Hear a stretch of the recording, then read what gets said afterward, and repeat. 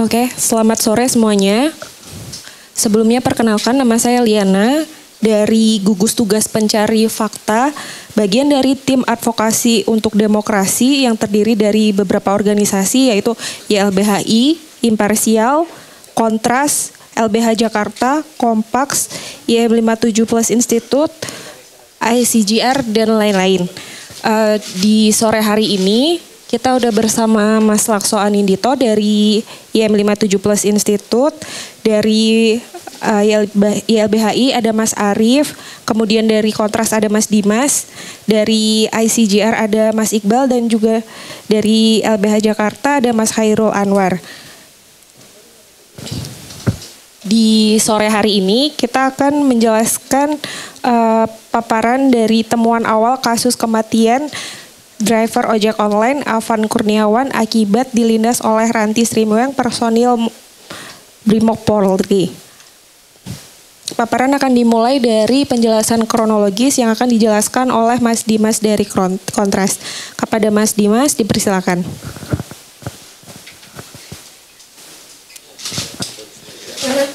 Terima kasih moderator. Mungkin kita geser dulu supaya bisa ditampilkan paparan.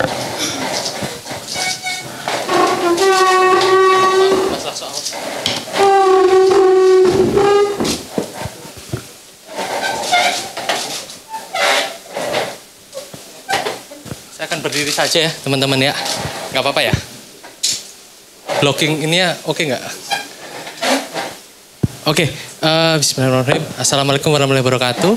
Selamat siang, selamat datang teman-teman rekan-rekan media di kantor Kontras dan juga teman-teman yang menyaksikan melalui YouTube, live YouTube kanal di YLBHI dan juga Kontras. Sesuai yang tadi sudah disampaikan moderator, ini merupakan hasil temuan awal yang kami kumpulkan berangkat dari investigasi yang dilakukan oleh Gugus Tugas Pencari Fakta Tim Advokasi untuk Demokrasi berkenaan dengan kematian driver ojol atas nama Afan Kurniawan yang terjadi pada hari Kamis 28 Agustus 2025. Nah, temuan ini kami akan nanti bergantian begitu ya, menyampaikan, menguraikan mulai dari kronologis, hasil analisa, kesimpulan, dan juga apa yang menjadi rekomendasi kami kepada pihak aparat hukum dan juga pengambil keputusan. Jadi mungkin bisa disimak dan diperhatikan. Saya akan mulai dari proses kronologis yang runut gitu ya, mulai dari pra peristiwa, peristiwa sampai pasca peristiwa meninggalnya Afan Kurniawan.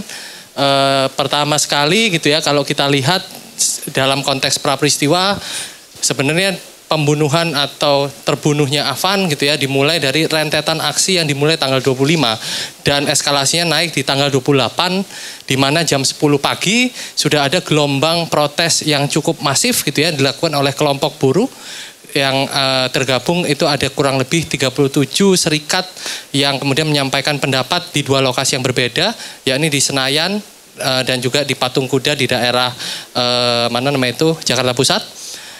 Lalu kemudian orasi itu dilakukan sampai pukul 1 yang pada akhirnya kemudian kelompok buruh membubarkan diri.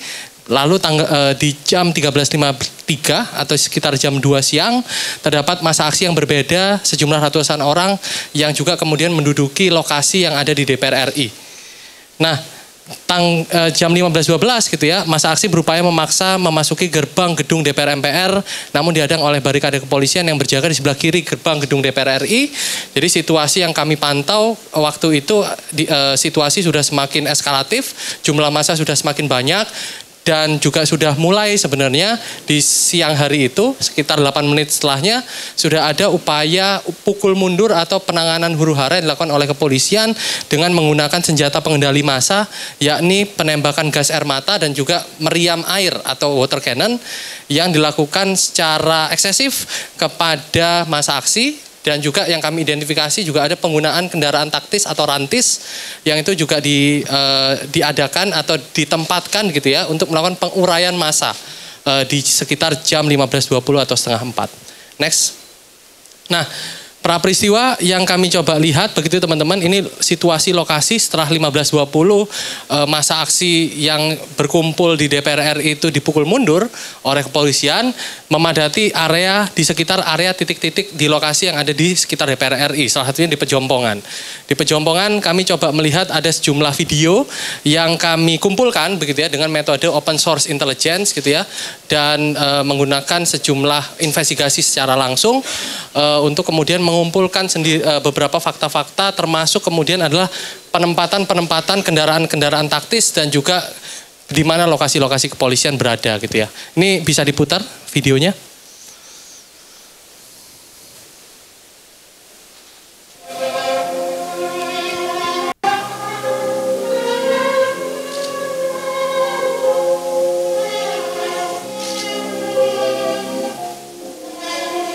Jadi itu peristiwa atau situasi, kemudian sejumlah aparat gitu ya yang tergabung di Brimob, termasuk kemudian juga terdapat mobil rantis Rimueng jenis APC gitu ya, yang serupa dengan mobil rantis yang melindas AK atau Avan Kurniawan. Next. Nah, ini adalah sudut lain yang kami juga dapatkan teman-teman, hasil investigasi dari tim yang kemudian melihatkan atau menunjukkan point of view lainnya dari penempatan aparat dan juga sejumlah kendaraan-kendaraan taktis gitu ya yang disiapkan untuk melakukan penghadangan massa dan juga pengendalian massa. Bisa di-play lagi.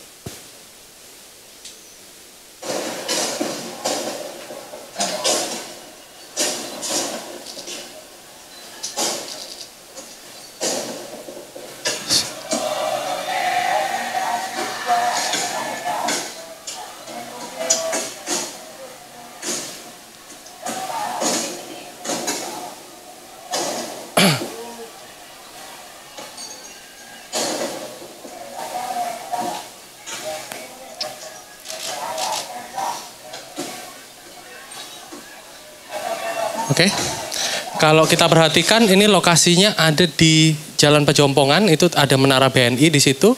Posisi kepolisian di bawah dan juga kami mendapati ada beberapa petugas kepolisian yang juga menembakkan gas air mata dari arah flyover. Jadi ada sejumlah titik-titik di mana kemudian kepolisian itu melakukan upaya-upaya dalam melakukan pengendalian massa di situ. Nextnya. Situasi semakin memanas teman-teman setelah ada sejumlah upaya untuk memukul mundur massa gitu ya. Di pukul 19.15 kami melihat atau kami juga kemudian mendokumentasikan gitu ya bahwa mobil meriam air atau water cannon dan juga mobil komando dan sejumlah pasukan Brimob Polri itu terlibat bentrok dengan sejumlah massa aksi di sekitar area Selipi, tepatnya sekali di Jalan KS Tubun gitu ya. Ada sejumlah kerumunan, ada sejumlah tindakan gitu ya, sampai kemudian disinilah sebenarnya titik di mana kemudian terjadi pelindasan pada Avan Kurniawan. Di play silakan.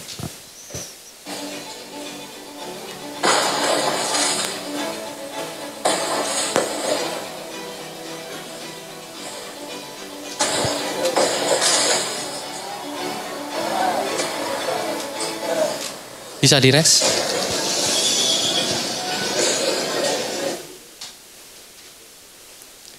Oke, ini titik lokasi pra-peristiwa, bisa di-play lagi mungkin, singkat 25 detik. Untuk menunjukkan sebenarnya lokasi secara Google Earth gitu yang kami coba pantau, titik di mana kemudian lokasi aksi besarnya terjadi, di Pejompongan sampai area Selipi. Jadi posisi pasukan Brimob itu membentuk formasi letter U, untuk kemudian menghadang massa dengan menembakkan gas air mata dan juga menempatkan kendaraan taktis untuk menghadang juga melakukan pengendalian massa. Ini bisa dilihat posisinya bergerak dari arah Pejompongan menuju ke arah barat gitu ya, ke arah KS Tubun, dan terjadilah kemudian lokasi di mana ada pelindasan terhadap Avan Kurniawan. Bisa di next.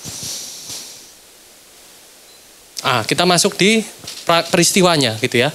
Kalau kita lihat ada banyak sekarang narasi-narasi yang berkembang bahwa disampaikan bahwa Avan itu terlindas karena ada yang mendorong ada sejumlah fakta-fakta atau informasi-informasi yang lalu lalang kemudian berkembang di masyarakat. Tapi sekali lagi dan juga ada juga beberapa informasi yang berkembang bahwa video viral yang berkaitan dengan pelindasan ojol itu bukan Afan Kurniawan tapi Umar gitu ya.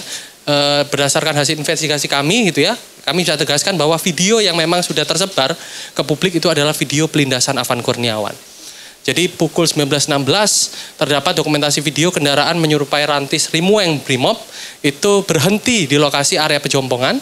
Ini adalah kendaraan yang nantinya akan dipakai untuk melakukan penghalauan massa dengan meluncur cepat begitu ya, memecah massa dan pada akhirnya mengakibatkan sejumlah insiden termasuk penabrakan terhadap Umar, driver ojol juga, dan terlindasnya Afan Kurniawan. Bisa di-play videonya?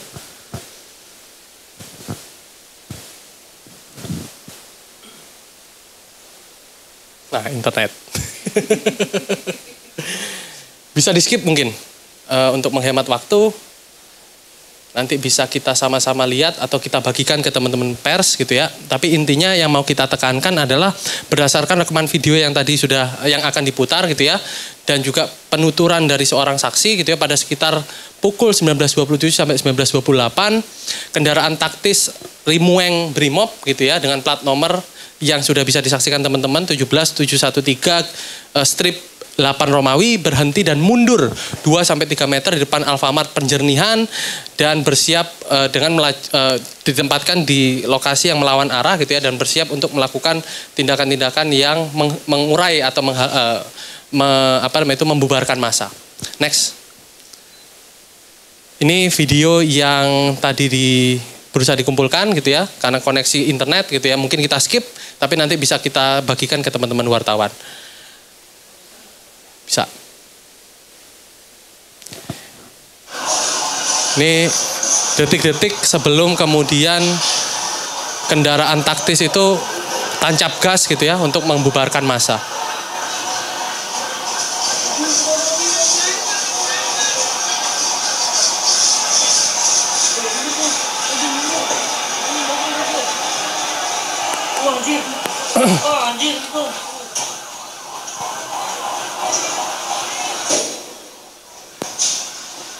Oke.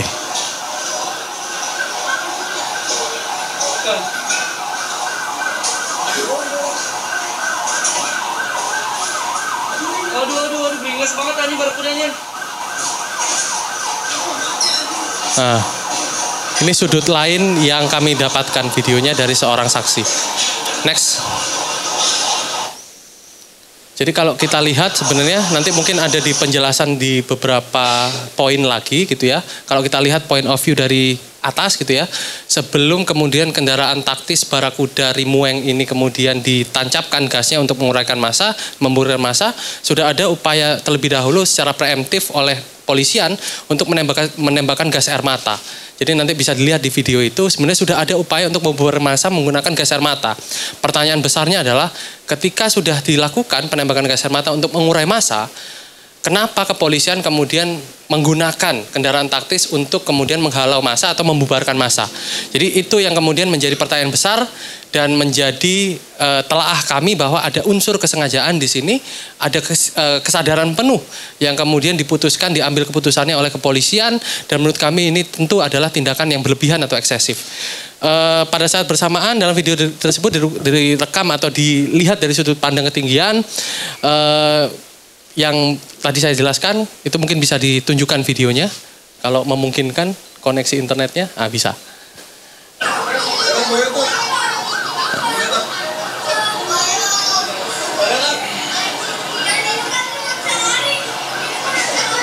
Nah, sebentar lagi ada penembakan gas air mata itu.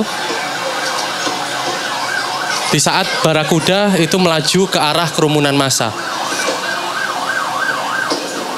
Dan nah, tuh, stop, next.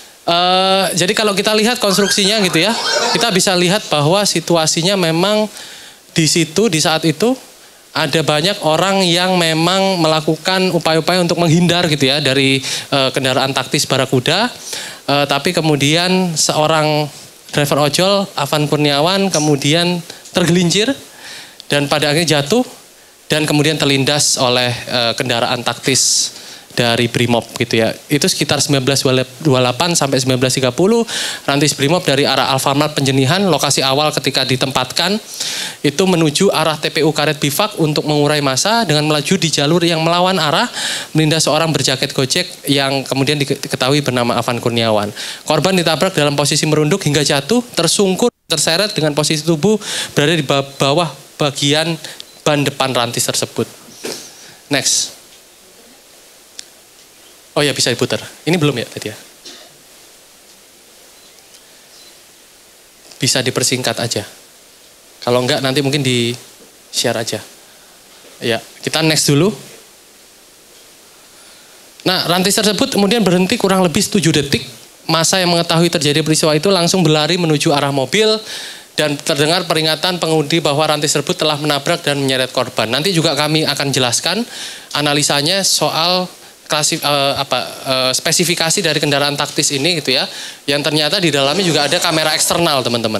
Jadi pernyataan bahwa ada kayak semacam titik buta atau blind spot itu sebenarnya bisa disangkal karena kendaraan taktis ini dilengkapi juga dengan kamera eksternal yang bisa dipantau dari dalam, dari dashboard gitu ya, sehingga ini juga menggugurkan sebenarnya tesis atau argumentasi dari pihak kepolisian dan juga waktu itu juga melakukan konferensi pers dengan Kompolnas bahwa ada titik blind spot yang tidak bisa dibaca oleh pengemudi dan juga orang-orang yang ada di kendaraan taktis.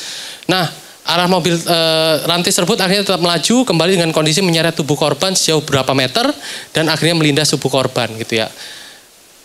Next mungkin. Ini rekaman video yang kami peroleh dari jarak dekat gitu ya, detik-detik sebelum kemudian barakuda melindas Afan. Oh. Next. Maaf, trigger warning. Selanjutnya, setelah korban dilindas, mobil rantis melaju cepat meninggalkan lokasi peristiwa. Pasca peristiwa pelindasan, Afan Kurniawan muntah darah. Dan selanjutnya, ada diputar, putar aja.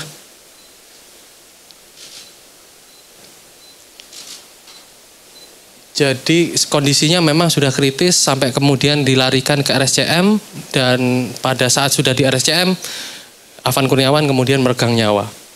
Sepertinya koneksi. Kalau misalnya nggak bisa diputar nanti kita bagikan aja. Oke, slide selanjutnya. Nah, ini yang kami temukan, keterangan tambahan yang kami coba gali dari keterangan warga sekitar yang mengikuti prosesi detik-detik sebelum pelindasan Afan gitu ya. Menurut keterangan warga setempat, saat itu yang melihat langsung kejadian, menyatakan bahwa Afan Kurniawan sedang menyeberang untuk mengantarkan pesanan GoFood ke Well Fitness Ben Hill. Saksi juga menyebut bahwa motor Afan Kurniawan terparkir di sekitar depan halte rusun yang ada di sekitar lokasi gitu ya. Saksi juga melihat mobil rantis Rimueng itu melaju cepat ke arah TPU Karet Bifak menerobos massa aksi yang kemudian melihat orang menggunakan jaket Gojek warna hijau dilindas gitu. Jadi kalau kita hubungkan gitu ya dari titik awal memang ada upaya untuk memukul mundur. Jadi kendaraan taktis ini bukan untuk kemudian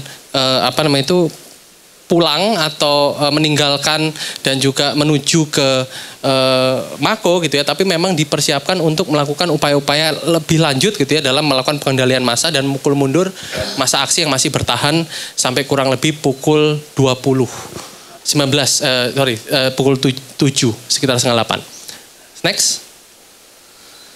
Nah, pasca peristiwa mungkin saya singkat aja.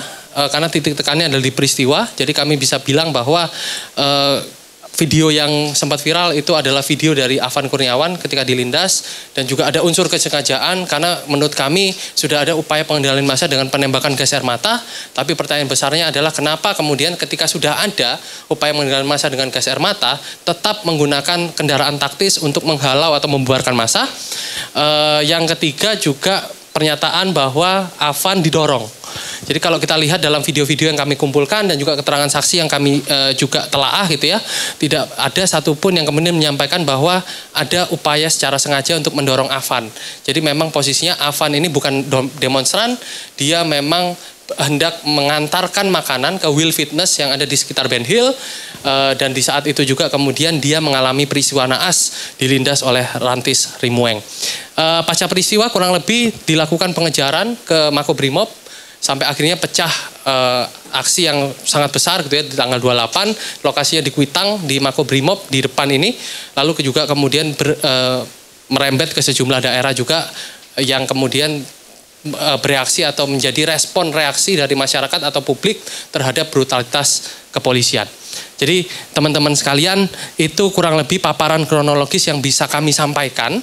Telaah soal analisa dan juga temuan-temuan lain itu akan dipaparkan oleh teman-teman yang juga tergabung dalam gugus tugas tim pencari fakta, tim advokasi untuk demokrasi, dan seenggaknya ini yang bisa kami sampaikan secara kronologis. Terima kasih.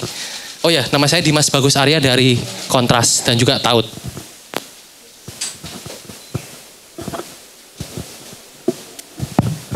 Baik, terima kasih Mas Dimas atas paparannya terkait pra-peristiwa, peristiwa, dan juga pasca peristiwa. Selanjutnya kita akan lanjutkan ke temuan investigasi yang akan dipaparkan oleh Mas Arief dari YLBHI dan Mas Lakso dari IM57 Plus Institute. Untuk yang pertama akan disampaikan oleh Mas Arief. Untuk waktu dan tempatnya kami persilakan.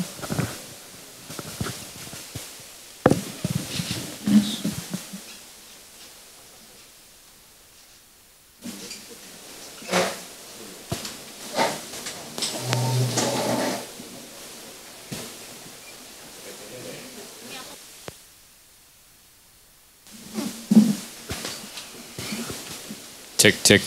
Kota sambil berdiri kali ya? Iya Mas, silakan Mas. Biar enak. Baik, teman-teman, saya lanjutkan tadi apa yang disampaikan oleh Dimas, begitu ya. Saya Arief dari YLBHI. Ada 8 temuan yang kita dapatkan dari gugus tugas pencari fakta di kematian Afan Kurniawan. Yang pertama, perlu kami sampaikan kepada teman-teman semua bahwa temuan kami dari analisis terhadap bukti-bukti, begitu ya. Yang pertama adalah aksi sebetulnya berlangsung damai, ya, sampai kemudian kepolisian menyemprotkan water cannon kepada massa, ya. Kita tahu bahwa di aksi tanggal 28 Agustus 2025 ini adalah aksi yang kesekian kalinya sejak tanggal 25, dan saat itu aksi itu sekitar pukul 15.10 ya, aparat hendak membubarkan massa ya dengan cara menembakkan water cannon gitu ya. Dan yang menarik adalah kalau kita perhatikan di dalam ketentuan peraturan perundang-undangan, ini kami sebutkan beberapa ketentuan tersebut, apakah kemudian sebetulnya dibolehkan langsung melakukan penembakan water cannon gitu ya.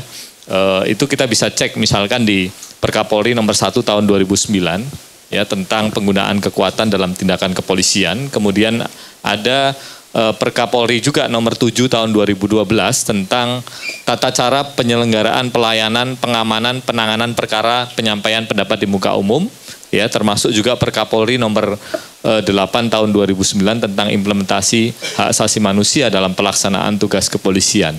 Jadi memang dalam menggunakan kekuatan, kepolisian itu harus bersandar pada prinsip-prinsip. Pertama misalkan ya, prinsip nesesitas, ya memang dibutuhkan, memang sangat diperlukan ya untuk kemudian melindungi misalkan nyawa atau kemudian memastikan bahwa ya keamanan warga yang lain itu terlindungi.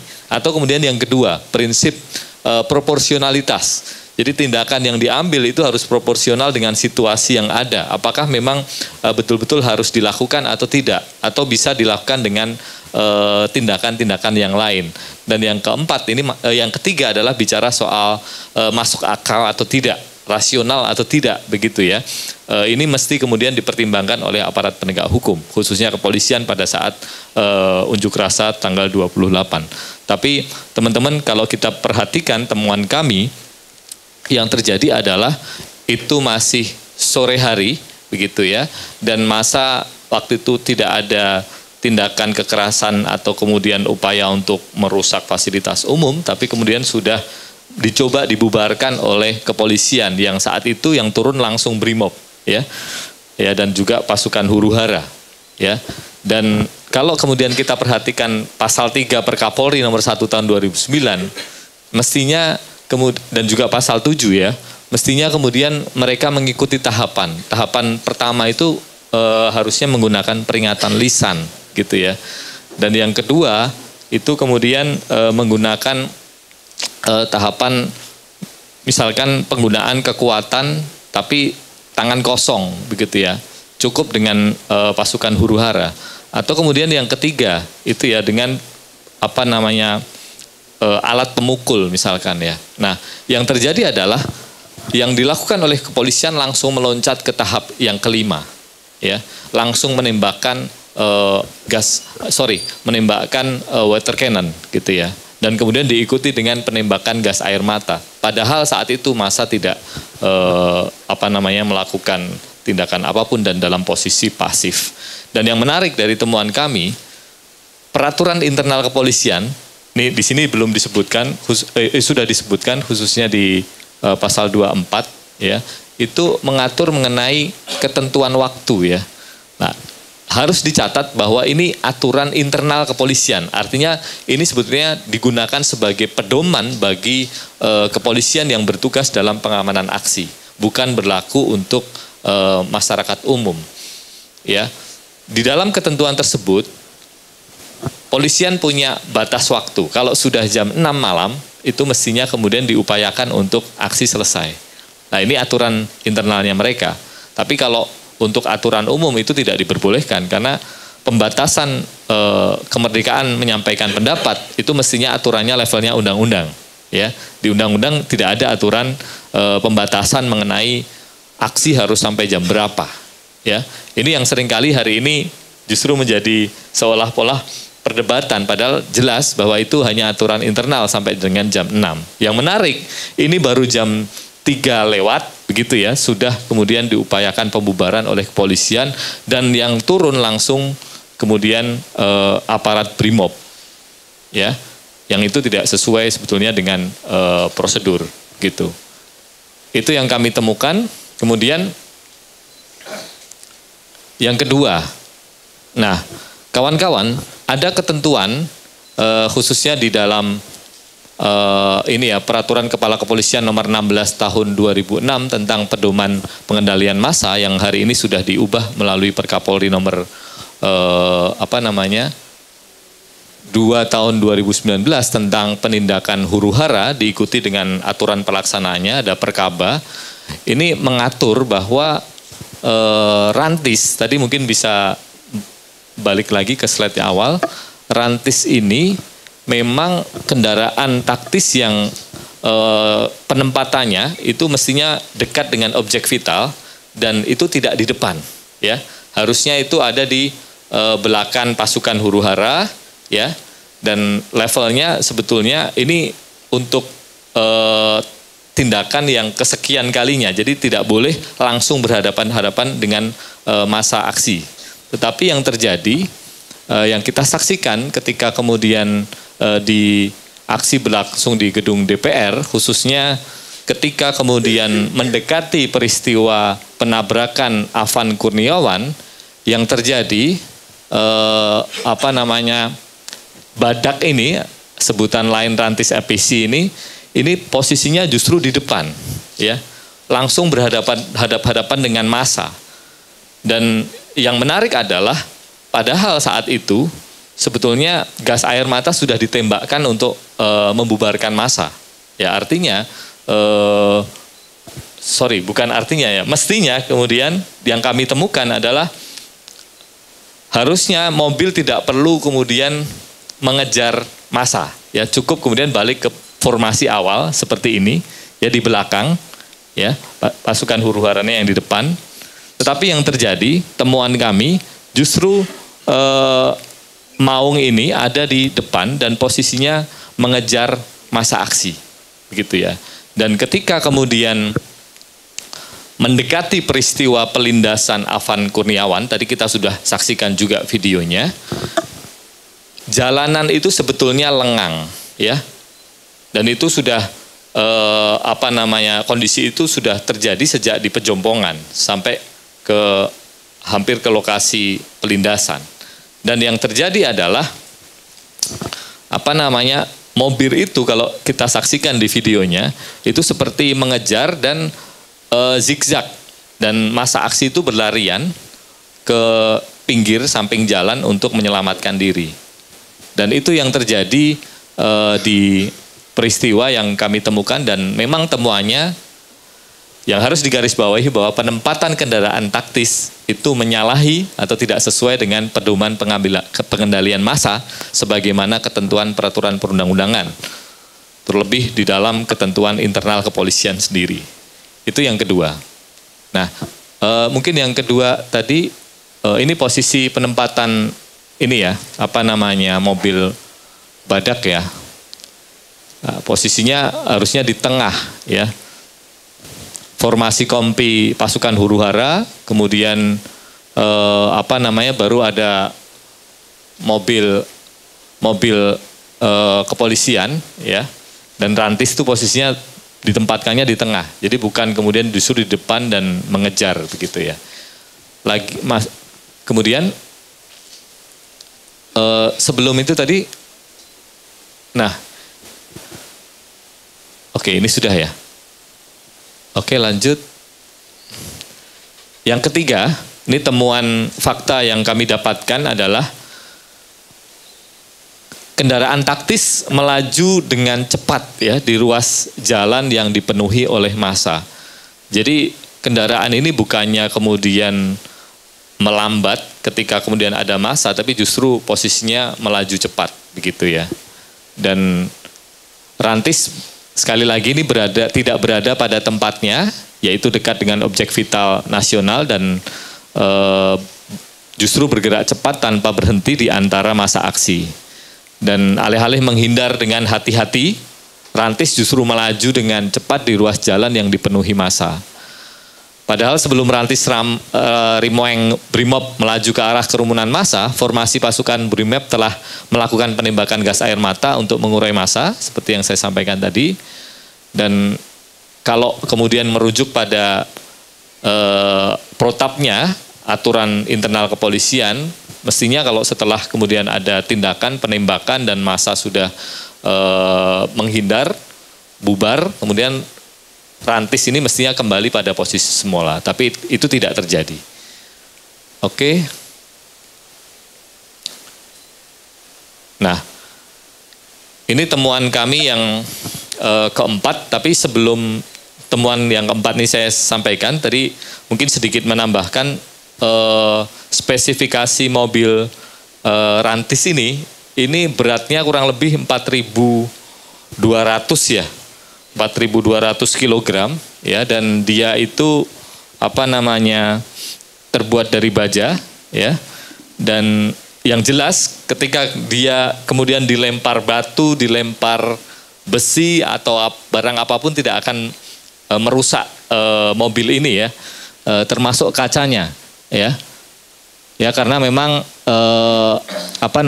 Rantis Rimong yang memiliki nama lain Panus Armored Security Patrol Vehicle atau ASPV 4x4 ini merupakan kendaraan taktis yang memang berbahan baja anti peluru dengan bobot 4.200 kg dan diilustrasikan sebagai apa nih?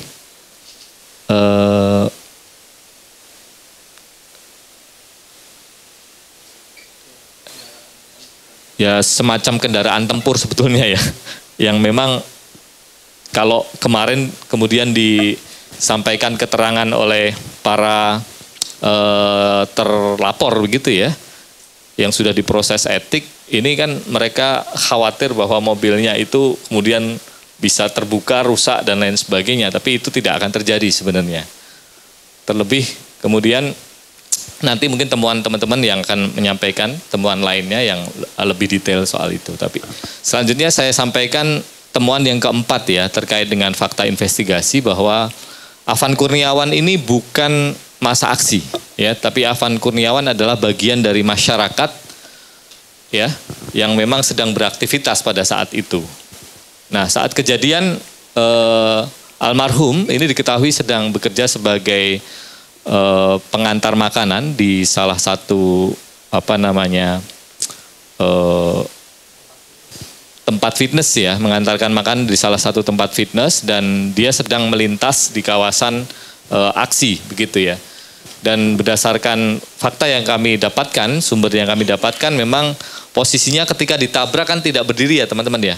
Tapi posisinya semacam merunduk, begitu ya. Dan yang kami dapati adalah dia berusaha mengambil handphone yang jatuh, begitu ya. Dan saat itulah kemudian Rantis Brimob yang berkecepatan cukup tinggi, begitu ya, itu di Jalan Penjenian 1, Bendungan Hilir, Jakarta Pusat, menabrak lalu melindasnya. Kalau teman-teman tadi melihat videonya, posisinya ditabrak dulu, ya, posisinya di bawah ban, baru berhenti. Jadi bukan berhenti terus kemudian nabrak, tapi nabrak dulu baru berhenti, kemudian bukannya kemudian istilahnya mundur atau diam, tapi justru melaju kembali. Nah, itu yang kita temukan. Dan yang menarik adalah dari fakta ini didapati bahwa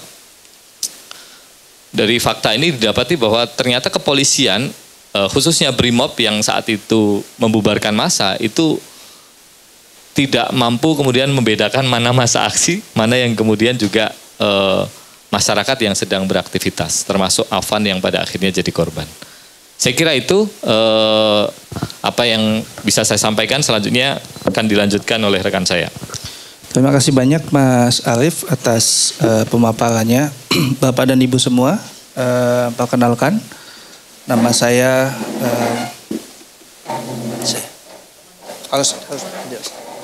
nama saya Laksoan Indito. Saya dari IM 57 Plus Institute dan juga tergabung di tim advokasi untuk demokrasi dan khususnya gugus tugas pencari fakta.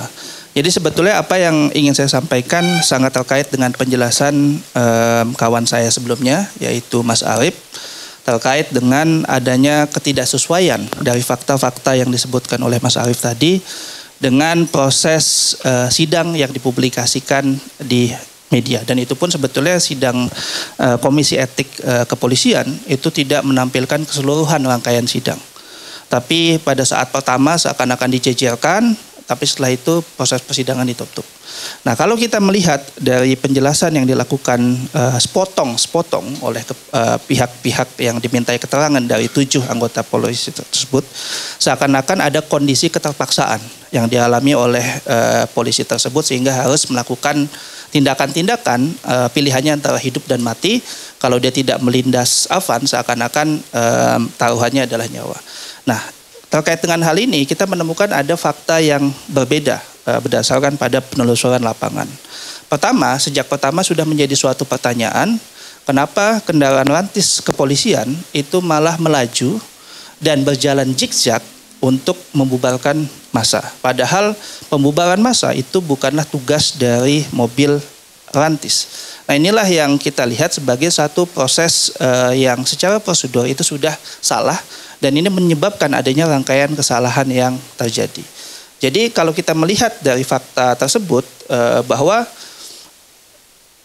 proses yang dilakukan oleh kepolisian itu sudah sejak awal melakukan kesalahan. Terlebih pada saat proses sebelum Afan terlindas, kita bisa melihat sendiri bahwa massa itu ada di kanan dan kiri mobil rantis. Nah, tapi kenapa pertanyaannya pada saat itu polisi mengatakan bahwa mereka dilempari dan lain-lain, sehingga memolotov dan lain-lain, sehingga ada pilihan ketika tidak melindas Afan itu menjadi satu konsekuensi yang akan menyebabkan mobil rantis akan diserbu oleh massa. Nah, ini sebetulnya titik krusial yang ingin kami sampaikan. Dan sesaat sebelum peristiwa pelindasan AK tidak terdapat massa aksi yang melakukan proses intimidasi terhadap mobil rantis tersebut.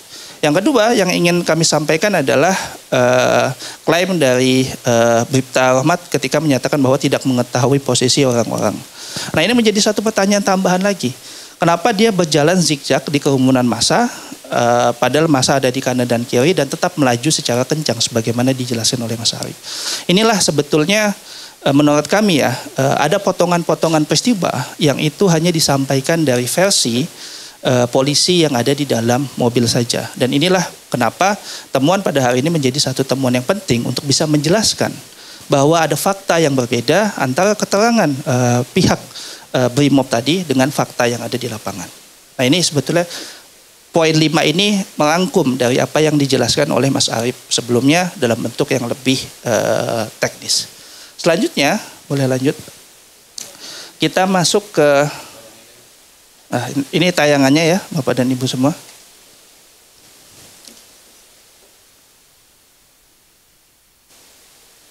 Bisa dilihat kanan kiri itu pada saat penembakan gas air mata, mobil rantis maju di depan, bukan pasukan huru hara. Ini kalau seperti ini kan sebetulnya bukan mobil rantis yang mau melarikan diri dari kejaran massa, tetapi mobil rantis digunakan untuk membubarkan massa sampai pada akhirnya menabrak Afan. Dan massa memukuli mobil rantis itu karena melihat Afan di Telidas. Nah inilah sebetulnya titik krusial yang menjadi temuan di tim pencari fakta. Tak ada bom molotov di situ, kita bisa lihat bersama. Oke, lanjut ke slide selanjutnya. Nah, temuan dari tim investigasi juga melihat bahwa penyebab kematian Afan Kurniawan itu setelah pelindasan. Korban dibawa awalnya ke RS Pelni, tapi karena jalanan macet, akhirnya dibawa ke RSCM. RSCM korban dalam keadaan tidak sadar dan setelah dilakukan pemeriksaan mata dan dugaan cedera pada batang otak dan jara saraf dinyatakan meninggal. Jadi memang Afan meninggal pasca tertabrak mobil perantis tersebut. Nah ini yang juga menyangkal ya pernyataan-pernyataan yang akan menjadi poin selanjutnya, yaitu lanjut. Nah ini dilakukan pemeriksaan elektrogram untuk mendeteksi aktivitas listrik jantung pasca kecelakaan sampai akhirnya dinyatakan meninggal. Nah ini sebetulnya berkaitan juga nanti dengan temuan pernyataan Kompolnas ya, yang menyatakan beberapa hal yang menurut kami itu menyesatkan publik. Tapi lanjut. Nah kita masuk ke proses sidang etik. Ini penting Bapak dan Ibu semua. Karena pada kenyataannya suatu proses sidang etik ini tidak semuanya dilakukan secara terbuka. Jadi ada 3 isu kalau kita bisa bagi di dalam proses etik ini. Yang pertama itu ada ketidakjelasan mekanisme penegakan etik terhadap 7 Brimob. Nah apa dasarnya, misalnya pembebanan 1 PTDH, 1 demosi dan lain-lain. Dan sampai sekarang belum ada juga kejelasan ya seberapa banyak orang yang akan dilimpahkan menjadi proses pidana dan lain-lain. Jadi di sini kita bisa lihat bahwa proses sidang etiknya berjalan dan dibuka pada saat pengumuman. Lanjut. Nah, hal lain yang sebetulnya menarik adalah soal transparansi pelaksanaan sidang etik. Pada saat pertama kali, ingat Bapak dan Ibu semua dijejelkan kan, pemeriksaannya samping-sampingan. Sehingga satu dan lain tidak dapat dilakukan proses cross check ya, yang harusnya dilakukan secara mandiri satu persatu pada awal pemeriksaan, tapi langsung dijejelkan sehingga satu dan lain bisa saling mendengar cerita yang disampaikan oleh pihaknya. Dan itu sebetulnya belum masuk dalam sepenuhnya proses etik yang dibuka. Kenapa? Karena itulah satu-satunya yang disiarkan secara langsung. Proses setelah itu tidak dilakukan secara terbuka. Padahal sesuai dengan ketentuan Perkap ya, nomor 7 tahun 2022 itu pasal 40 ayat 2 huruf A itu ada ketentuan bahwa sidang etik dapat digelar secara terbuka. Nah, tapi di sini semua terjadi secara tertutup. Nah, inilah menjadi satu pertanyaan, sehingga apakah dasar dari penjatuhan sanksi etik hanya dari keterangan-keterangan pihak-pihak tertentu tanpa melibatkan pihak lain yang dilakukan secara komprehensif. Padahal ini menjadi satu kasus nasional yang itu menjadi trigger bagi rangkaian adanya demonstrasi besar di beberapa daerah. Untuk kasus sebesar ini harusnya dilakukan secara terbuka dan transparan, tapi polisi memilih opsi untuk melakukan ini secara tertutup. terbuka itu hanya dibuka pada saat awal saja. Tapi setelah itu proses rangkaiannya kita tidak tahu, tiba-tiba sudah ada proses persidangan di mana penjatuhan sanksi dilakukan. Jadi yang kedua adalah tidak adanya transparansi dalam proses persidangan etik. Yang ketiga adalah tidak adanya terlihat inisiatif aparat penegak hukum untuk mengusut keterlibatan anggota kepolisian secara pidana serta menuntut pertanggungjawaban para pimpinan. Kita mengetahui bersama bahwa sebetulnya pimpinan kepolisian itu bertanggung jawab untuk memastikan juga sampai pada level teknis prosedur bagaimana rantis digerakkan, bagaimana rantis ditaruh di belakang, bagaimana rantis diletakkan di sebelah objek vital tidak di depan, pembubaran massa tidak menggunakan rantis dan lain-lain. Ini semuanya adalah bicara soal policy yang diimplementasikan secara teknis. Nah, disinilah kita belum melihat adanya proses untuk mengusut pertanggungjawaban dalam konteks rantai komando terhadap atasan kepolisian yang bertanggung jawab di dalam proses tersebut. Nah, ini yang menurut saya menjadi titik krusial yang harusnya menjadi salah satu temuan yang harusnya bukan diangkat oleh hanya pihak kita tetapi oleh Kompolnas. Karena Kompolnas lah yang mengawasi kepolisian dan oleh internal kepolisian itu sendiri.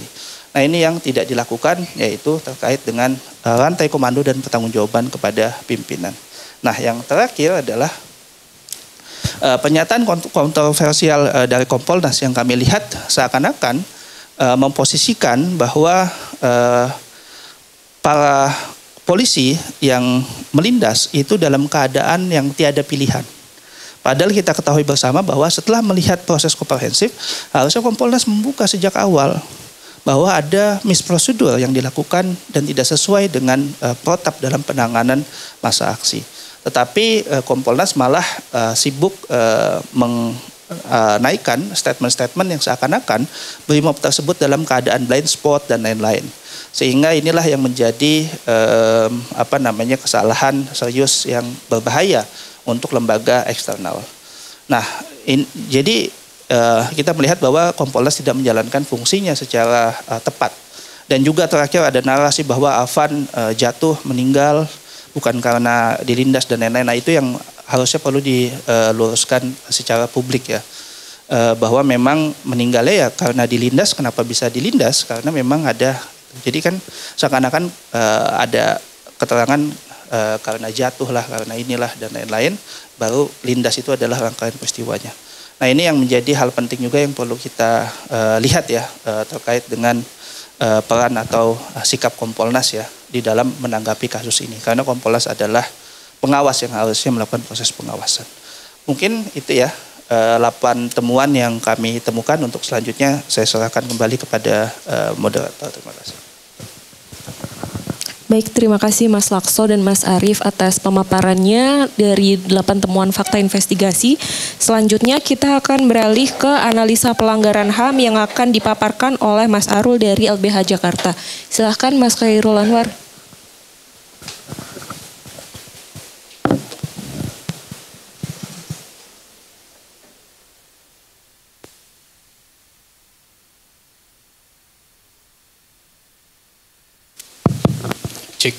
Oke, terima kasih moderator dan teman-teman semua. Berdasarkan kronologis dan kemudian temuan fakta investigasi yang dilakukan oleh kami gitu ya, kami coba untuk melakukan analisis khususnya dalam konteks pelanggaran hak asasi manusia yang terjadi atas meninggalnya saudara Afan Kurniawan.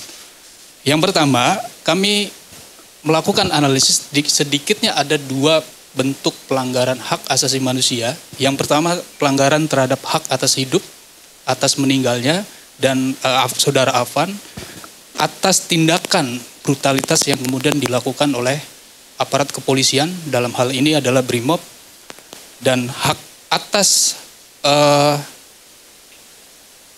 hidup orang sebenarnya dijamin dalam Konvenan Internasional Hak Sipil dan Politik atau ICCPR ya, yang sudah diratifikasi oleh Indonesia itu sendiri melalui Undang-Undang Nomor 12 Tahun 2005. Hak atas hidup itu sendiri juga adalah hak yang tidak dibatasi gitu ya. Dalam hal ini diatur juga di dalam pasal 281 Undang-Undang Dasar 1945 serta pasal 4 Undang-Undang nomor 39 tahun 1999 atau Undang-Undang HAM gitu ya. Dan di sana hak hidup sebagai hak yang tidak dapat dikurangi, dan ini juga ada ya di dalam standar HAM internasional maupun peraturan perundang-undangan. Nah, sebenarnya di peraturan Polri sendiri itu juga diatur ya, ada di dalam Perkap Kapolri nomor 8 tahun 2009 tentang implementasi prinsip dan standar HAM dalam penyelenggaraan tugas kepolisian. Nah, aturan ini secara eksplisit sebenarnya mengatur bahwa dalam penyelenggaraan tugas setiap anggota kepolisian itu wajib memperhatikan dan mematuhi prinsip-prinsip hak asasi manusia. Selain itu juga ada Perkap nomor 1 tahun 2009 gitu ya, tentang penggunaan kekuatan dalam tindakan kepolisian yang mengatur setiap anggota BRIMOB harus memperhatikan prinsip legalitas, necesitas, proporsionalitas, kewajiban umum, preventif, dan harus dilakukan secara masuk akal. Tadi sudah dijelaskan juga oleh rekan Mas Arief ya di awal gitu ya. Nah, oleh karena itu kemudian peristiwa dilindasnya Saudara Afan Kurniawan hingga meninggal dunia merupakan bentuk pelanggaran terhadap hak hidup yang dilakukan oleh aparat di lapangan yang kemudian dilakukan oleh satuan BRIMOB di Polri gitu ya. Nah, yang kedua, bentuk pelanggaran terhadap hak asasi manusia juga terjadi dalam konteks pelanggaran terhadap hak atas rasa aman gitu ya. Kalau kita mengacu dalam kronologi yang tadi sebelumnya sudah dijelaskan oleh rekan-rekan semua gitu ya, tindakan pengamanan yang dilakukan oleh BRIMOB dalam tindakan mengurai massa di beberapa lokasi gitu ya, khususnya di Penjombongan dan Penjernihan, kita bisa melihat bahwa itu dilakukan secara brutal gitu ya, sehingga menciptakan situasi yang mencekam serta menakutkan gitu ya bagi massa aksi yang kemudian turun ke jalan.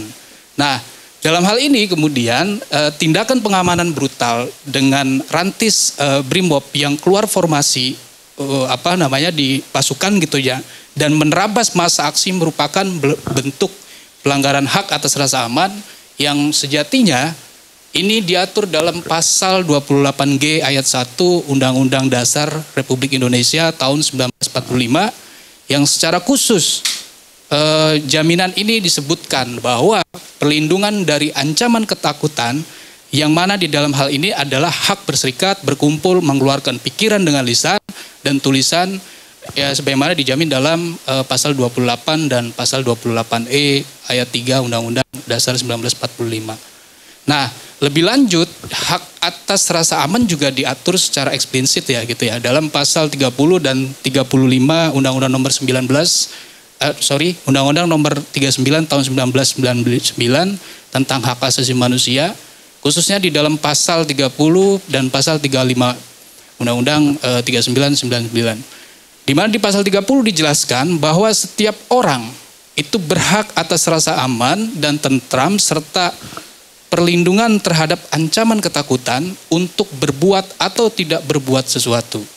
Sedangkan di pasal 35 Undang-Undang 39 tahun 99 bahwa dijelaskan juga setiap orang berhak hidup dalam tatanan masyarakat dan kenegaraan yang damai, aman dan tentram, menghormati, melindungi, melaksanakan sepenuhnya hak asasi manusia dan kewajiban dasar manusia sebagai diatur dalam undang-undang ini.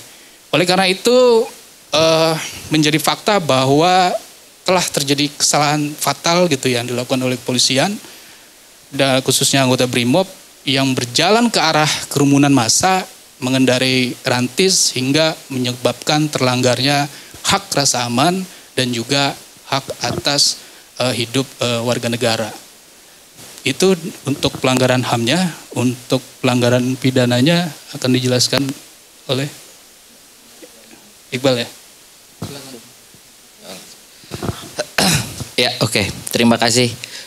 Perkenalkan, saya Iqbal Muharram Nur Fahmi, peneliti dari Institute for Criminal Justice Reform atau ICJR, sebuah organisasi yang juga masuk dalam tim advokasi untuk demokrasi. mungkin di sini saya akan menjelaskan temuan atau analisa pelanggaran hukum pidana yang terjadi pada peristiwa tersebut gitu. Yang pertama, bahwa kejadian ini atau pelanggaran ini bukan hanya pelanggaran etik semata. Kami berpendapat bahwa kejadian ini juga kami duga terjadi tindak pidana di dalamnya. Nah, tindak pidana apa yang kami duga? Yang pertama itu tindak pidana pembunuhan yang diatur dalam pasal 338 Kitab Undang-Undang Hukum Pidana. Yang berbunyi barang siapa dengan sengaja merampas nyawa orang lain diancam dengan pembunuhan dengan pidana penjara paling lama 15 tahun. Nah, mengapa kami menganalisa menggunakan pasal ini? Dengan temuan-temuan dari hasil investigasi, kami melihat beberapa kejadian dan juga kami coba sandingkan dengan unsur-unsur dalam pasal yang unsur-unsur yang terkandung dalam pasal 338 ini. Nah, yang paling krusial sebetulnya terkait kesengajaan atau ini kelalaian gitu. Karena di dalam pasal 338 ini harus ada unsur dengan sengaja gitu.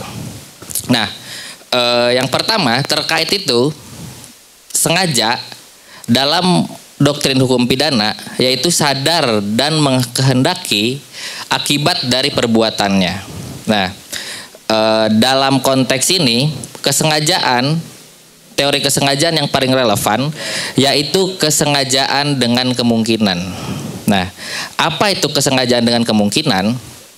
Itu adalah kesadaran dari pelaku tentang perbuatan dan akibat yang dilarang dan memungkinkan akan terjadi jika ia tetap melakukannya. Kita ambil contoh dalam kasus ini, teman-teman begini.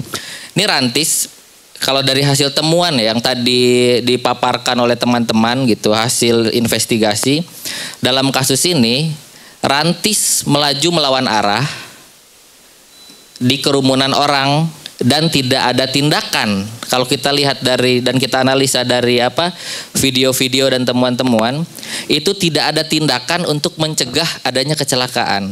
Nah, dalam kondisi itu seharusnya orang-orang atau pelaku-pelaku yang berada dalam mobil Rantis itu menyadari tindakannya bisa menyebabkan mencelakakan orang lain gitu. Tapi mereka tetap melakukannya.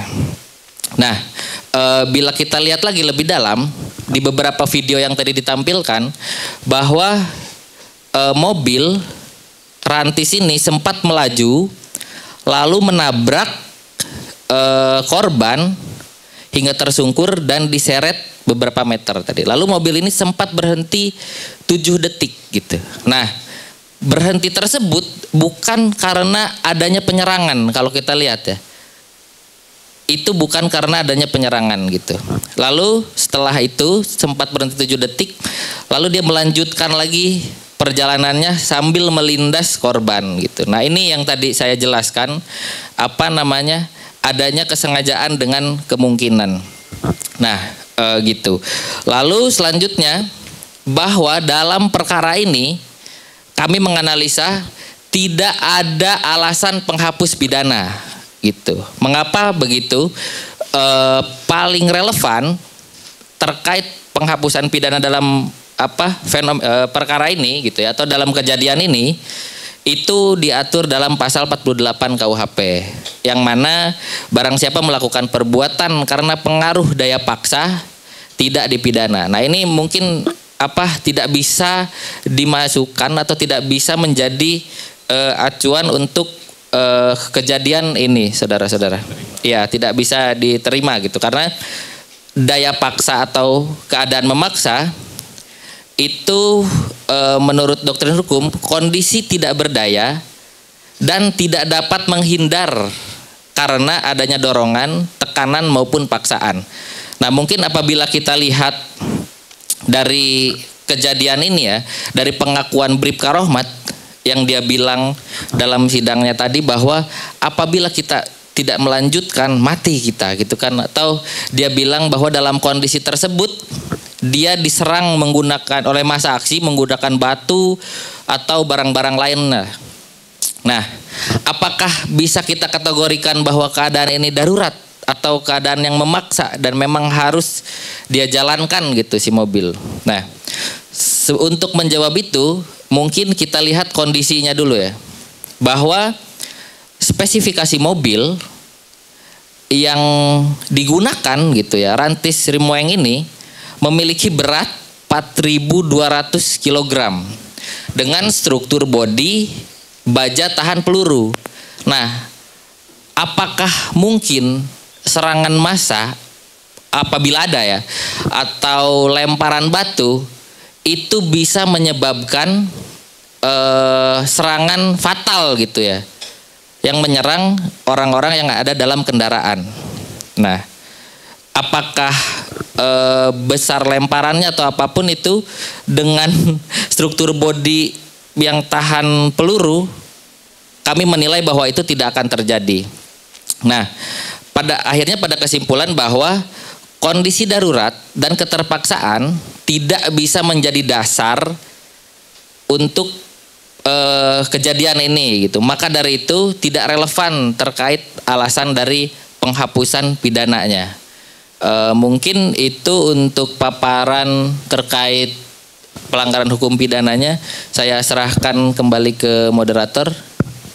Baik, terima kasih Mas Iqbal dari ICJR. Terima kasih juga Mas Harul dari LBH Jakarta. Selanjutnya paparan terkait analisis pelanggaran prosedur akan dipaparkan oleh Mas Laksoan Indito dari IM57 Plus Institute. Oh, itu. Oh, oke. Selanjutnya kesimpulan akan dibacakan oleh Mas Arief dari YLBHI. Aku aja. Ya, aku aja. Mas Arief dulu. Boleh dari... Ya, oke. Teman-teman sekalian, saya akan bacakan kesimpulan dari temuan gugus tugas. Oh, oke. Sorry, teman-teman. Ya, baik. Kawan-kawan, saya akan sampaikan kesimpulan dari tim gugus tugas ya, pencari fakta kematian almarhum Afan Kurniawan beberapa waktu yang lalu. Jadi pada tanggal 28 Agustus 2025, pengamanan aksi demonstrasi oleh kepolisian, khususnya BRIMOB, Kepolisian Republik Indonesia di wilayah Ibu Kota Jakarta, khususnya sepanjang Jalan Penjenihan, Pejompongan, itu dilakukan secara serampangan, hingga menyebabkan satu warga yang harus meregang nyawa. Dan berdasarkan fakta-fakta yang sebelumnya telah diuraikan oleh kawan-kawan tadi, terdapat kesalahan prosedur yang sangat nyata, fatal, dilakukan oleh anggota BRIMOB yang mengendarai rantis Rimoeng berupa ketidaksesuaian posisi dan juga formasi dan penggunaan kendaraan rantis dalam penanganan aksi sehingga menerabas barisan massa aksi di tengah situasi rentetan tembakan gas air mata. Selain itu, kita melihat bahwa telah terjadi pelanggaran hukum, pelanggaran prosedural, termasuk yang esensial adalah soal pelanggaran hak asasi manusia dalam peristiwa kematian Afan Kurniawan. Lebih lanjut, rentetan pelanggaran hak asasi manusia yang terjadi dalam peristiwa meninggalnya Afan Kurniawan terdiri dari beberapa aspek instrumen hak asasi manusia dalam konteks nasional maupun internasional.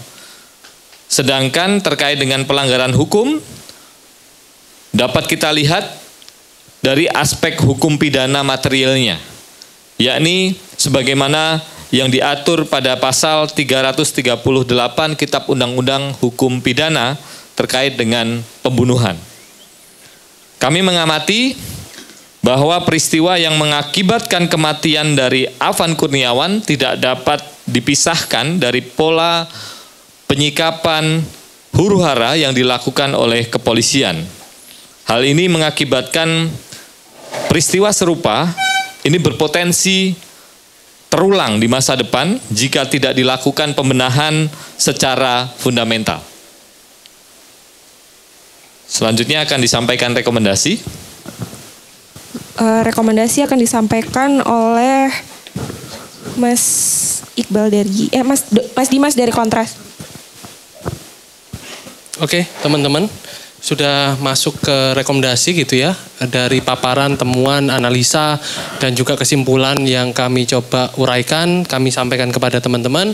Kami juga memberikan sejumlah rekomendasi ke beberapa pihak gitu ya, terutama sekali kepada pengambil keputusan dan juga otoritas kekuasaan di Republik ini gitu ya, bahwa seperti yang tadi disampaikan Mas Arief, ini permasalahan fundamental yang terus berulang dalam penanganan aksi massa yang kami amati semenjak 5 tahun terakhir.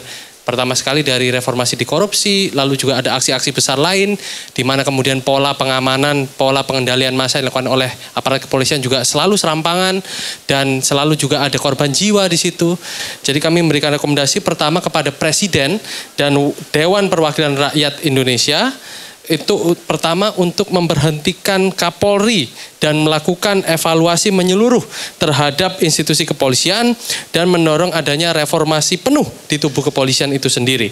Yang kedua, memperkuat mekanisme kontrol atau pengawasan publik terhadap kewenangan kepolisian, khususnya berkaitan dengan kewenangan pengamanan, demonstrasi, dan juga penggunaan kekuatan serta upaya paksa dalam proses penegakan hukum agar sejalan dengan prinsip perlindungan hak asasi manusia.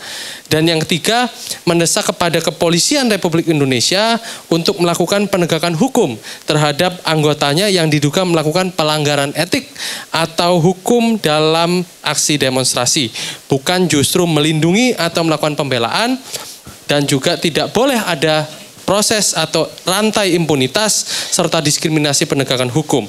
Terlebih dengan ditemukannya fakta jatuhnya korban jiwa maupun luka-luka akibat tindakan brutal akibat kekerasan kepolisian yang terjadi di sejumlah titik aksi yang terjadi di beberapa daerah. Yang kedua, rekomendasi juga kami sampaikan kepada Markas Besar Kepolisian Republik Indonesia. Ada 5. Pertama, segera melakukan pengusutan yang komprehensif dan imparsial melalui penegakan hukum maupun etik secara profesional, transparan dan akuntabel dalam kasus pelindasan dan pembunuhan Afan Kurniawan oleh anggota Brimob. Yang kedua, melakukan evaluasi secara menyeluruh berkaitan dengan praktik penanganan unjuk rasa atau penyampaian pendapat di muka umum dan penggunaan kekuatan yang berlebihan seperti penggunaan senjata pengendalian massa oleh kepolisian serta proses upaya paksa dalam penegakan hukum, terutama tindakan penangkapan sewenang-wenang yang dilakukan dengan tindakan penyiksaan yang menyebabkan berjatuhan korban luka hingga yang meninggal dunia. Ketiga, memantapkan kembali internalisasi prinsip-prinsip dan nilai-nilai hak asasi manusia kepada setiap anggota kepolisian dalam kerja-kerja kepolisian. Yang keempat, memberhentikan secara tidak hormat anggota jajaran satuan pengamanan yang terlibat dalam tindakan pelindasan mobil rantis yang mengakibatkan kematian Afan Kurniawan serta memproses pidana sesuai dengan temuan-temuan yang tadi sudah kami sampaikan bahwa ada indikasi atau dugaan pelanggaran hukum pidana. Dan yang terakhir, secara aktif membuka dan memberikan informasi kepada publik serta transparan dan akuntabel mengenai setiap proses sidang KKEP atau persidangan etik gitu ya, hingga peradilan pidana. Lalu rekomendasi juga kami tujukan kepada Komnas Hak Asasi Manusia Republik Indonesia. Pertama, melakukan pengawalan dan pemantauan terhadap penanganan kasus kematian almarhum Afan Kurniawan yang sedang berjalan dalam tahap proses sidang KKEP. Yang kedua, melakukan penyelidikan terhadap bukti dan data di lapangan yang terkait dengan dugaan pelanggaran hak asasi manusia, termasuk potensi pelanggaran HAM berat yang dilakukan oleh kepolisian. Yang ketiga, memastikan partisipasi substantif publik dalam upaya investigasi Komnas HAM melalui pembentukan tim gabungan pencari fakta independen yang melibatkan wakil masyarakat serta tokoh-tokoh dan juga sejumlah praktisi-praktisi yang kapabel di bidangnya untuk turut serta dalam tim gabungan pencari fakta ini. Yang selanjutnya adalah rekomendasi kepada Lembaga Pelindungan Saksi dan Korban. Yang pertama, melakukan pelindungan terhadap saksi dan keluarga korban agar terhindar dari gangguan selama penanganan kasus sedang berjalan demi meminimalisir resiko berbagai ancaman yang datang. Dan terakhir, kepada pengawas eksternal kepolisian yakni Komisi Kepolisian Nasional Republik Indonesia untuk melakukan pengawasan secara efektif terhadap proses penanganan kasus yang sedang berjalan di kepolisian. Yang kedua, mengeluarkan rekomendasi yang dapat membebankan tanggung jawab tidak hanya pada level pasukan yang bertugas di lapangan, tapi juga pada level perwira tinggi, perwira menengah sebagai bagian dari rantai komando proses-proses yang terjadi di lapangan. Yang ketiga, mengeluarkan rekomendasi yang dapat mempercepat proses reformasi di tubuh kepolisian. Dan terakhir, mengembangkan proses kerja termasuk adalah komunikasi publik yang menguatkan independensi dan akuntabilitas Kompolnas dan kepercayaan publik pada kinerja lembaga pengawas ini. Sekian hasil rekomendasinya, saya kembalikan kepada moderator. Baik, terima kasih Mas Dimas.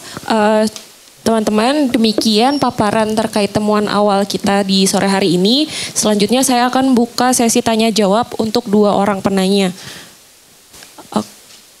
Oke, 1, terus ada lagi 2. Oke, udah 2 ya.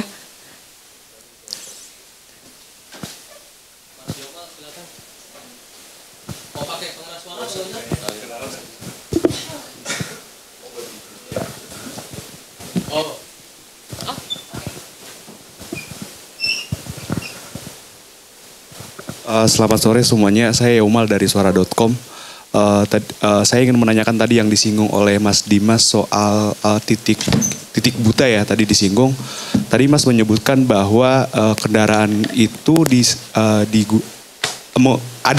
ada kameranya gitu. Nah itu dasarnya apa ya gitu? Apakah itu berdasarkan temuan dari investigasi yang dilakukan oleh teman-teman? Kemudian yang kedua, saya ingin menanyakan soal tadi juga disinggung bagaimana pertanggungjawaban komando dalam kasus ini. Nah dari teman-teman sendiri melihatnya bagaimana upaya yang sudah dilakukan kepolisian untuk meminta pertanggungjawaban komando dalam peristiwa ini gitu. Dan juga tadi juga disinggung soal Kompolnas juga.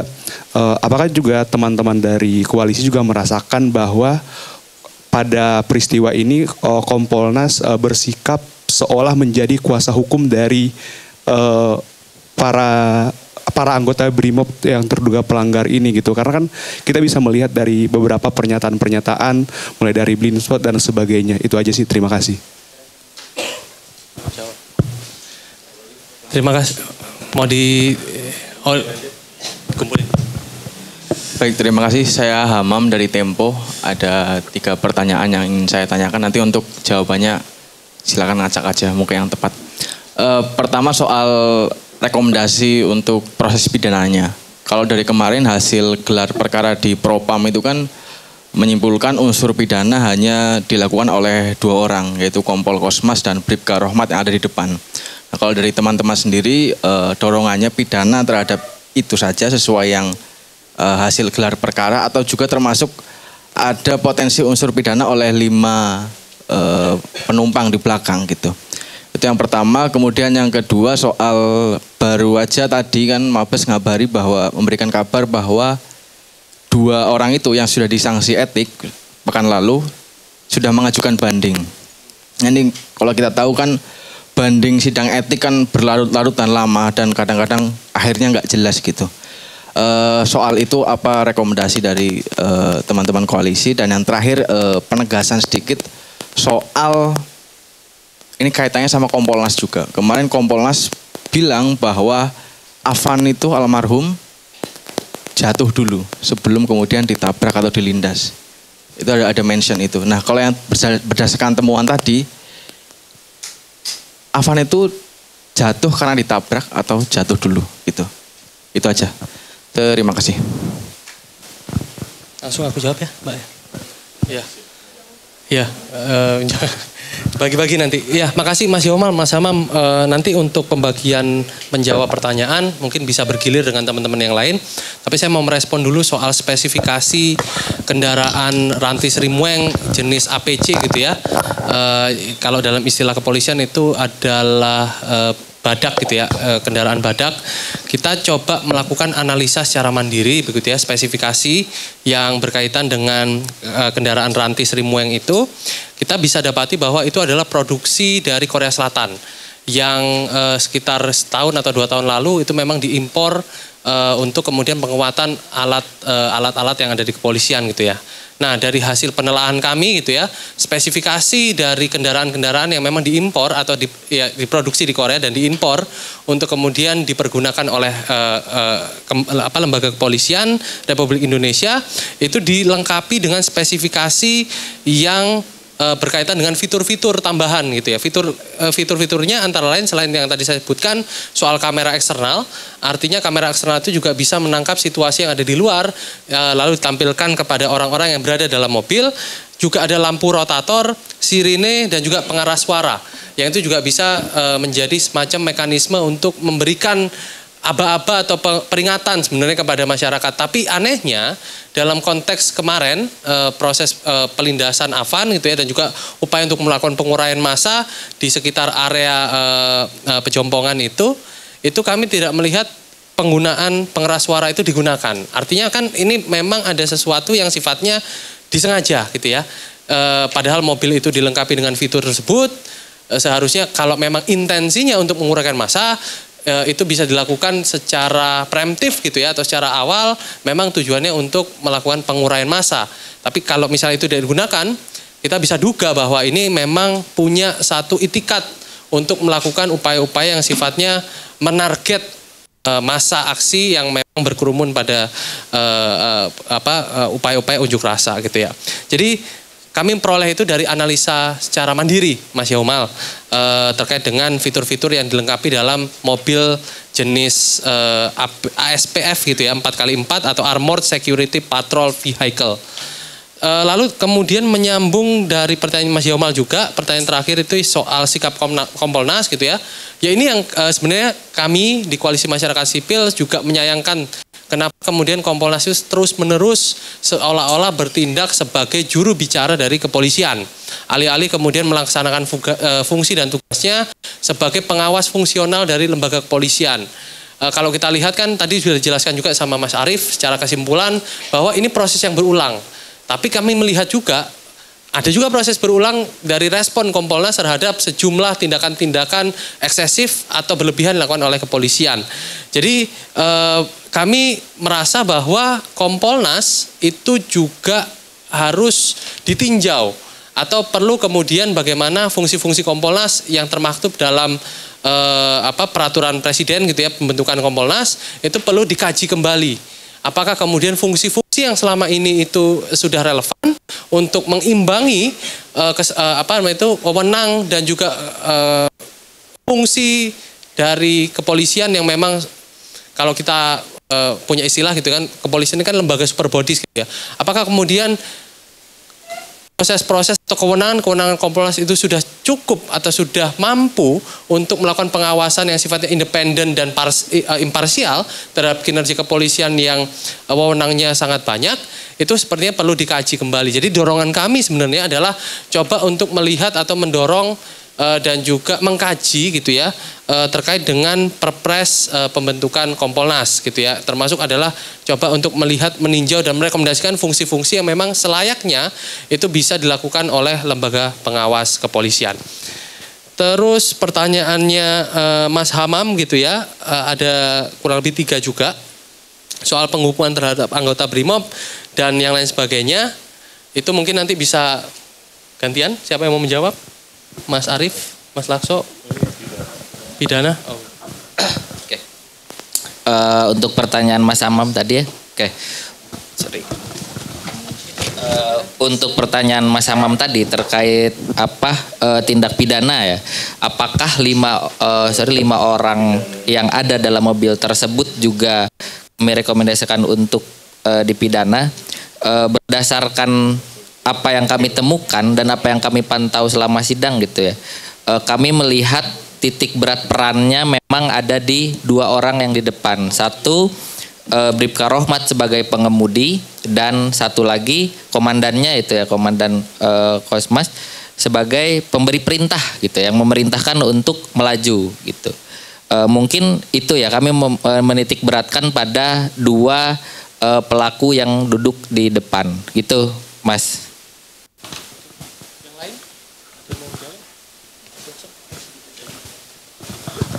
Ya, nambahin sedikit ya. Bahkan kalau kita lihat ya proses pidananya, ini kan kesengajaan itu kan ada 3 kan. Ada satu kesengajaan sebagai suatu kepastian, ada kesengajaan sebagai suatu kemungkinan, ada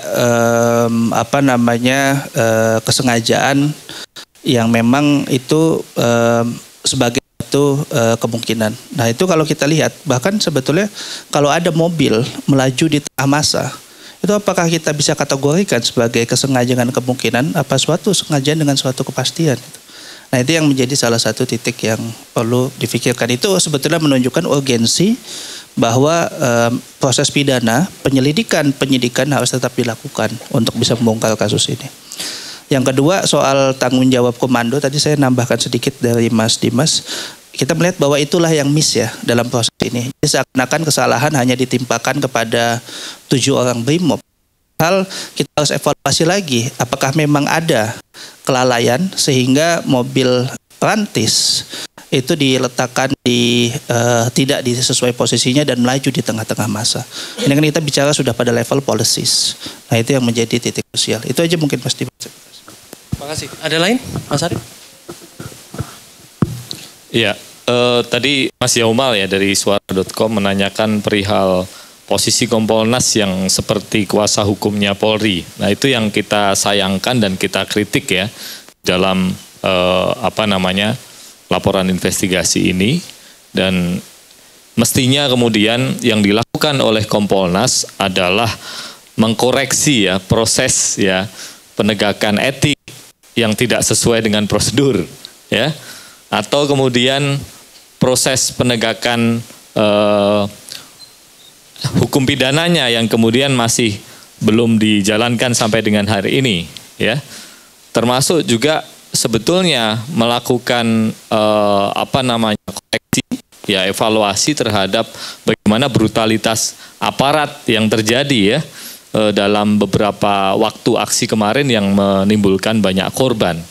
Jadi alih-alih itu yang dilakukan, tapi justru kemudian menempatkan diri, saya kira melenceng dari tugas pokok dan fungsinya sebagai Komisi Kepolisian Nasional yang semestinya itu menjadi lembaga kontrol ya, pengawas ya. Dan memang itu kritik yang bukan hal baru ya buat Kompolnas, karena acap kali memang Kompolnas ini jadi juru bicara, jadi advokatnya polisi dalam berbagai kasus. Ya kita bisa melihat bagaimana kasus di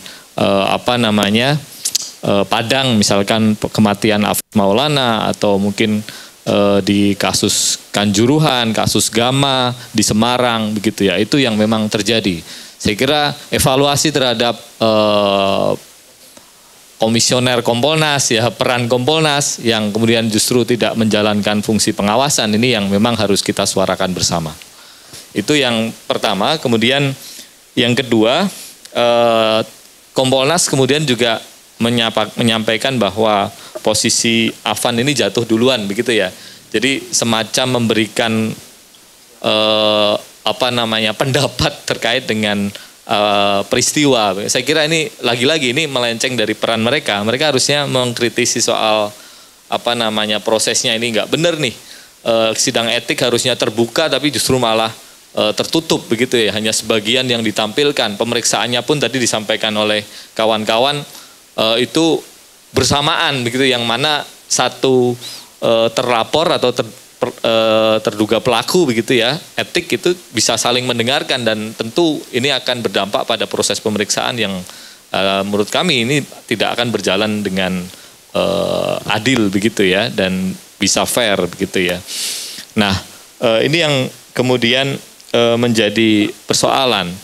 Nah kalau dalam temuan kami ya, lagi-lagi karena kami melakukan investigasi, kami melakukan penelusuran sumber-sumber informasi, baik itu video maupun keterangan saksi ya, dan kita mendapati tadi sudah kita sampaikan ya, bahwa Afan itu posisinya tidak jatuh ketika ditabrak, tapi merunduk. Jadi posisinya tidak berdiri memang, tapi posisinya merunduk seperti mengambil sesuatu. Kami mendiskusikan itu cukup panjang dan mengulang-ulang video. Jadi semacam mengambil sesuatu, dan keterangan-keterangan yang lain, misalnya keterangan saksi maupun sumber yang lain, kemudian menguatkan bahwa memang mengambil sesuatu itu dugaannya adalah handphone gitu ya. Jadi posisinya tidak jatuh duluan, tapi posisinya sedang seperti mengambil barang, dan kemudian tabrak baru jatuh, kemudian terseret beberapa meter, mobil berhenti 7 detik, dilindas gitu ya. Kita nanti bisa saksikan bersama-sama, teman-teman bisa cek lagi videonya, itu yang kita dapatkan. Dan ini basisnya bukan hanya satu video, tapi beberapa video dari beberapa angle begitu ya. Dan saya kira mestinya ya Kompolnas tidak berasumsi begitu ya, tapi mendasarkan pada fakta, lagi-lagi begitu. Dan menurut saya posisinya Kompolnas mestinya tidak bicara soal pendapat terkait fakta, tapi justru lagi-lagi harusnya menjalankan peran pengawasan. Itu. Kemudian yang kedua terkait dengan pelaku hari ini yang dituntut untuk mempertanggungjawabkan baik secara etik maupun pidana ya, itu adalah 7 orang. Nah ini kan kita juga di publik punya keterbatasan ya.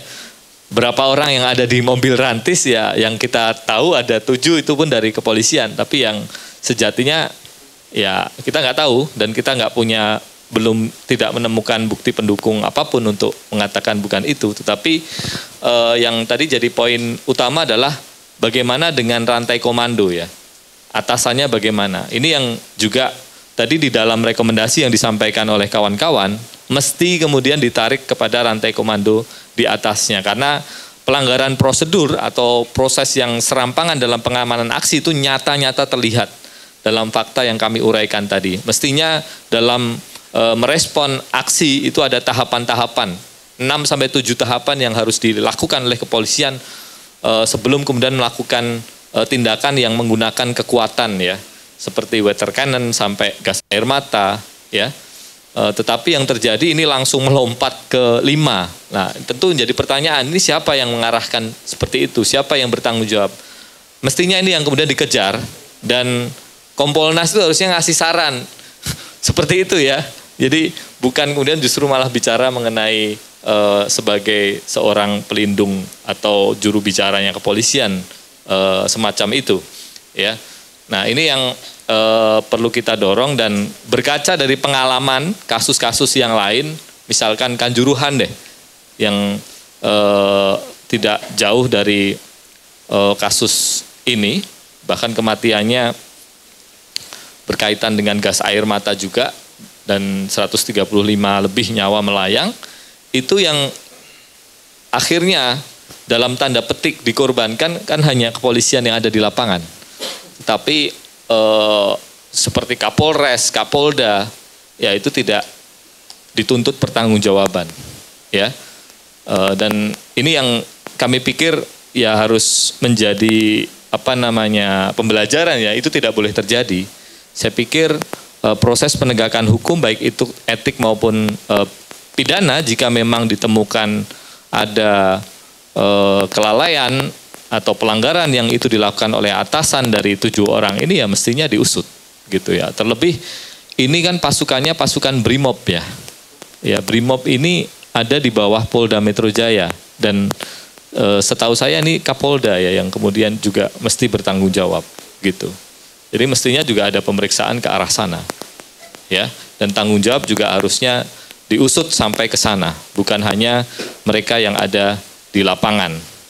Saya kira itu. Terima kasih. Baik, dengan selesainya sesi tanya jawab dan juga selesainya pemaparan, maka selesai juga acara kita pada sore hari ini. Bagi semua yang sudah hadir, terima kasih. Bagi bapak-bapak pemapar juga terima kasih atas paparannya.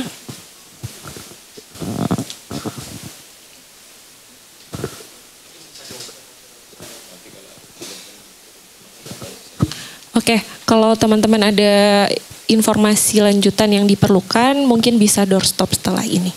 Terima kasih.